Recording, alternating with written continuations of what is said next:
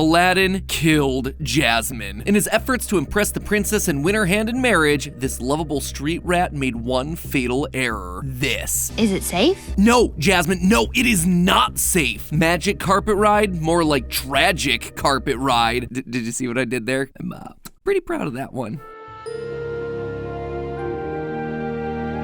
Hello, Internet! Welcome to Film Theory! You ain't never had a channel like me. Unless, of course, you watch Game Theory too, in which case, yeah, they're largely the same. Cover different IP, I suppose. Or not, actually. Whoopsie! So anyway, Disney's not doing that hot these days, huh? They've had flop after flop at the box office. Tentpole brands like Marvel and Star Wars are struggling. Their back catalog's been tarnished by an onslaught of low-effort live-action remakes. And even the parks division is sweating heavily due to lower attendance and the shutdown of a $350 million hotel merely a year after its opening. Really kind of makes you yearn for the golden days of classic Disney, right? The Renaissance era, where every movie was a certified classic that would go on to shape the childhoods for generations of kids. I'm talking about the OGs here. Lion King, Little Mermaid, Beauty and the Beast, Aladdin, all the ones that have been bled dry for an extra $1 billion at the box office. Their originals are revered for a reason. Beautiful animation, amazing songs, timeless stories, traumatic nightmare fuel that'll need years of therapy to process. Oh, I'm sorry, did you miss that last one? Blocked it out of your memory and all that? Well, let me refresh you. The Disney classics were rife for terror. There were the scary moments, of course, like Mufasa's death, the wolf attacks of Beauty and the Beast, Hercules literally withering to dust, and Prince Eric's ship burning with him and his dog's lives on the line. Then, of course, you had the disturbing themes that could also scar you. Belle having to teach an angry, violent man how to love. Belle falling for the Beast because of Stockholm Syndrome. Belle being ostracized by society for being a smart woman. Honestly, there's a lot in Beauty and the Beast. But that movie's far from alone. Claude Frollo's addiction to pain, Ariel giving up her voice for a man that she met once, Aladdin using an enslaved creature to help him lie about his life so he can trick a woman he's met once into marrying him. All right, you bad boy. But not only is Aladdin responsible for shamelessly gaslighting Jasmine throughout the majority of the movie, he's also responsible for her murder. But she doesn't die in the movie, I hear you saying. And yeah, well, you're technically correct, his actions would have definitely killed her. See, about halfway through the film, Aladdin takes Jasmine on a magic carpet ride during what's probably the film's most iconic musical number, A Whole New World. And during this little romantic getaway, the pair fly out of Agrabah to go visit the pyramids of Egypt, the Acropolis of Athens, Greece, and the forbidden city of Beijing, China. Honestly, it's a pretty great date on paper. But when you actually stop and think about what's going on here, you realize one huge problem. They do all of this in the span of a single night. I mean, is that possible? And if it is, they must be traveling at speeds that would rip human flesh off the bone. Really puts this joke into a brand new context. Thank you for choosing Magic Carpet for all your travel needs. Thank you. Goodbye now. Goodbye. Goodbye. Goodbye indeed, Genie. So we ran the numbers to see if Aladdin's magic carpet ride would be a one-way trip to romance or a whole new world of pain. Join me, friends, as I make it crystal clear that now they're in a whole screwed world with you. Don't you dare close your eyes. So for us to figure out exactly how badly Aladdin and Jasmine would have been injured during their little romantic jaunt across the historical world, figure we should probably narrow down the main ways that we see this killing them. The big two, how high they're flying and how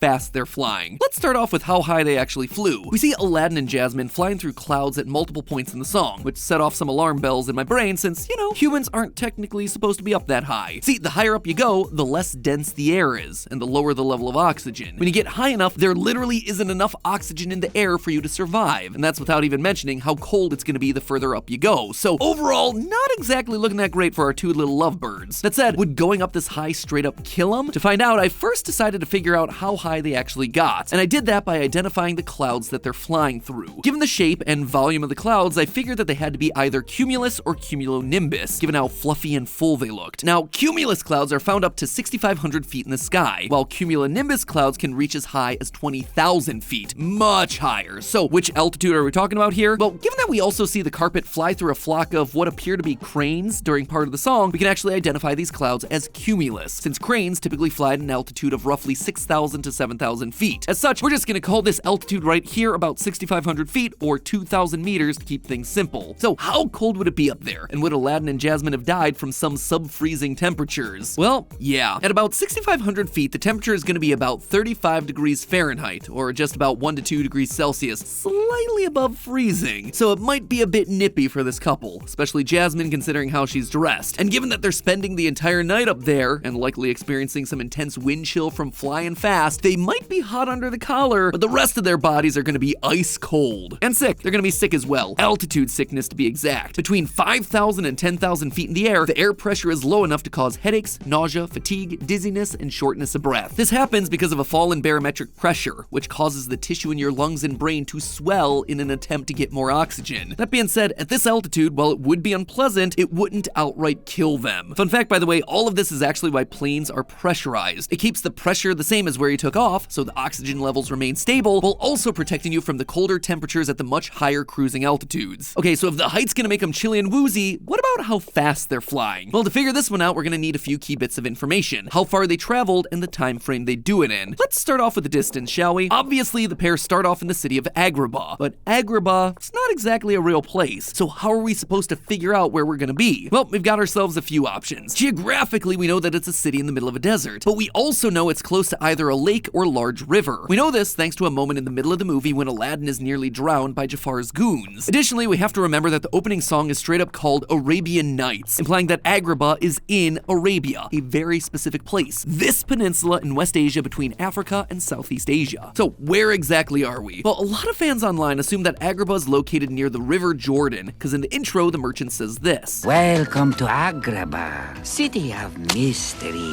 The finest merchandise this side of the River Jordan, on sale today! However, when you actually break down what he's saying here, he's not denoting how close to the River Jordan they are, only that Agrabah has the finest goods on this side of the River Jordan. That could literally mean anywhere to the east or the west of the river. You know, basically the entire planet. Plus, in the Aladdin animated series, though we do occasionally see a river in the show, it's never explicitly called anything, let alone the Jordan. So, long story short, we're actually gonna need something else here. Elsewhere in the opening song, the merchant says that he comes from a faraway place where the caravan camels roam. Camel caravans are actually very much a real thing, most commonly found in the Saharan desert of northern Africa. Though certain breeds of camels were also used for this sort of travel and trade in the Middle East, Central Asia, Mongolia, and China. Again, not really helping us narrow things down all that much, so what else could we look at? We could look at where the actual story of Aladdin originated, which isn't where you'd expect. The original version of the tale actually comes from China. Again, not really working for our story here because this one's clearly based on the Middle East. So then I thought maybe we could use the clothing of the characters and the architecture of the city to try and pin something down. The architecture from Agrabah's palace clearly took inspiration from the Taj Mahal of India. It's even located in a city named Agra. So I thought we might be getting somewhere, but here's the thing. India, it's nowhere near the Arabian Peninsula. Arabian Nights are not happening there in that subcontinent. So back to the drawing board. The clothing. The clothing worn by characters like Aladdin, Jasmine, and the Sultan resemble what would have been worn by citizens of the Iraqi city Baghdad, though with a lot of artistic and cultural shortcuts and inaccuracies thrown in by Disney. So that right there is a pretty strong lead that gets even stronger once you consider this. According to John Musker, co-director of the film, the first treatment of the movie was set in Baghdad, Iraq. However, while the movie was in development, the first Gulf War broke out in the area, and corporate executive Roy Disney insisted that Aladdin couldn't be explicitly set in Baghdad, and thus Agrabah was created as a stand-in. And there is a bit of evidence in the movie for why this lines up with everything else that we've talked about. Geographically, Baghdad lines up with what we see around Agrabah, with the vast swaths of desert. The city is built on the Tigris River, which could be a stand-in for all the bodies of water that we see in the movie and the show. Baghdad was historically one of the most important urban stops along the Silk Road, which would have seen camel caravans stopping by frequently. It's also right on the edge of Arabia, so could be argued to be a part of it, thus giving it Arabian Nights. Additionally, in the Cave of Wonders, you can spot this statue of Lamassu, an ancient Mesopotamian deity which originated in Sumerian territory, very close to where modern-day Baghdad is located. Pretty much all the clues match, which means that we're going to be using Baghdad as our stand-in for Agrabah for our purposes today. So now that we know roughly where Aladdin and Jasmine start their journey, where do they actually go? Well, over the course of the song, we see them fly through the pyramids and past the Sphinx outside Cairo, Egypt, then up to the Acropolis in Athens, Greece, before completing their little song at the Forbidden City in Beijing, China. Doesn't take a geographic genius to see that right there, that is a long journey, but just how long exactly is it? Well, let's break it down. Assuming that the carpet took the shortest possible route between each stop on its journey, it's roughly 780 miles or 1,260 kilometers from Baghdad to Cairo. The second leg from Cairo to Athens is a bit shorter, 700 miles or 1,120 kilometers. The most harrowing leg of the journey would be from Athens to Beijing so they could catch those fireworks, which is a staggering 4,730 miles or 7,600 kilometers. Oh, I just feel my legs cramping up thinking about that flight. Finally, flying from Beijing back to Baghdad to get home in time for the Sultan to not start a manhunt, it would be another painful 4,000 miles, 3,920 miles to be specific, or 6,310 kilometers. Just in case you weren't keeping track there, that means that during their little date night, Aladdin and Jasmine flew a jaw-dropping 10,130 miles or 16,300 kilometers. That is a lot. If you did this on a normal commercial flight, it would take you over 20 hours. The longest normally operated nonstop flight in the world flies between Singapore and New York City. That one clocks in at just over 9,500 miles or 15,300 kilometers and takes nearly 19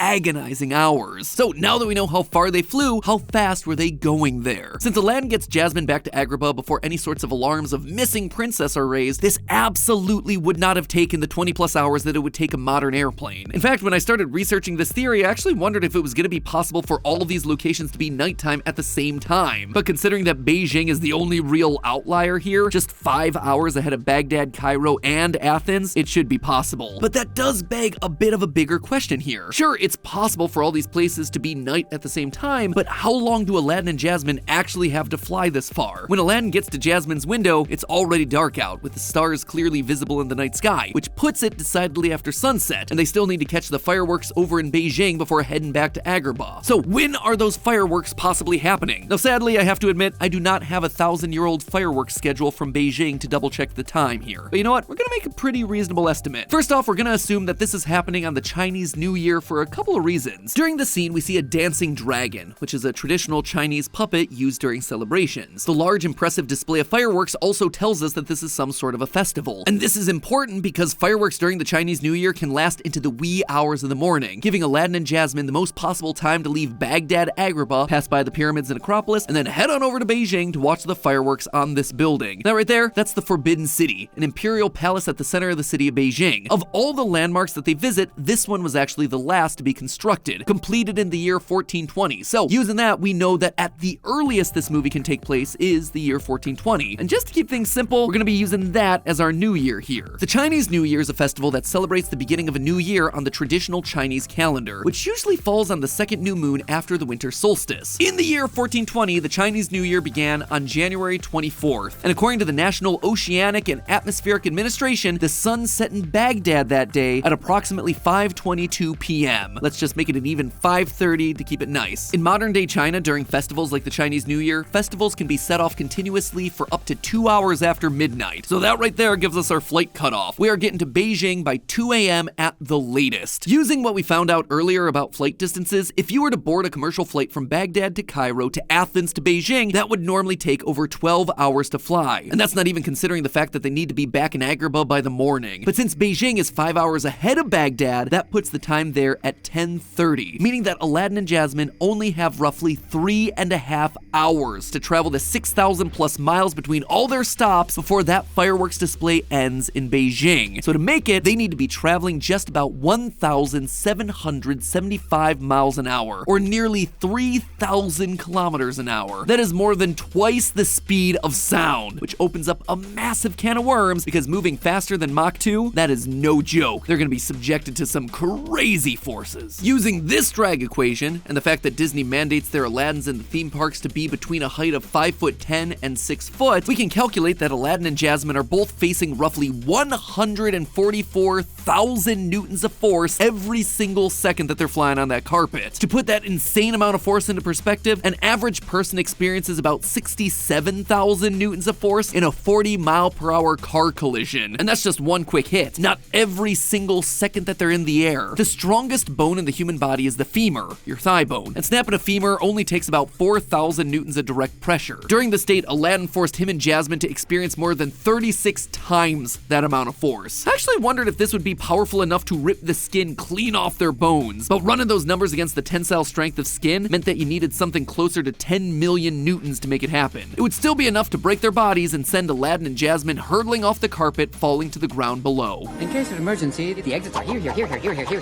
anywhere. Yeah, you could say that again. And if they're lucky, the pain from snapping all their bones would cause them to pass out before they hit the ground and died. It's pretty dark. Definitely not what Disney wants us to imagine happening to their beloved characters. But here's the thing, this isn't the only incarnation of these characters to exist within the massive canon of the Disney cinematic universe. In fact, there's another official version of this tragic carpet ride in the live-action remake. If you don't remember this thing, I mean, fair. But the long and short of it is that this new version doesn't quite put the world into whole new world. They don't fly across across continents. They don't visit the pyramids or the Acropolis or the Forbidden City. Instead, everything from this musical number in the new movie are things that you could feasibly find in and around the immediate area of Baghdad during this time period. You have palm trees, elephants, mountains, rivers, deserts. This version of Aladdin and Jasmine aren't flying thousands of miles, giving the princess a new lease on life and sparking a globe-trotting romance. It all just feels very small, very real, not very magical. And there, I think, is the lesson that we can take away from all of this. Scientifically speaking, yes, this remake handles a whole new world way more realistically than the animated version did. But in doing so, it's really a slap to the face of what this moment meant to the story. It took all the fun and whimsy out of this journey. It took away the magic, and instead, it turned it into something boring. And even though I'm a man of science, at the end of the day, sometimes you really need that bit of magic. But hey, if you want another Aladdin theory right now, why not check out our video where we tell Aladdin exactly how to get Jasmine to marry him in just a single wish. Or if you want to know how horrifying another Disney Renaissance classic would be if it were real, check out our theory where we see what a real-life Little Mermaid would actually look like. Spoiler alert, you will not want to kiss the girl. And as always, remember my friends, it's all just a theory. A film theory. And cut.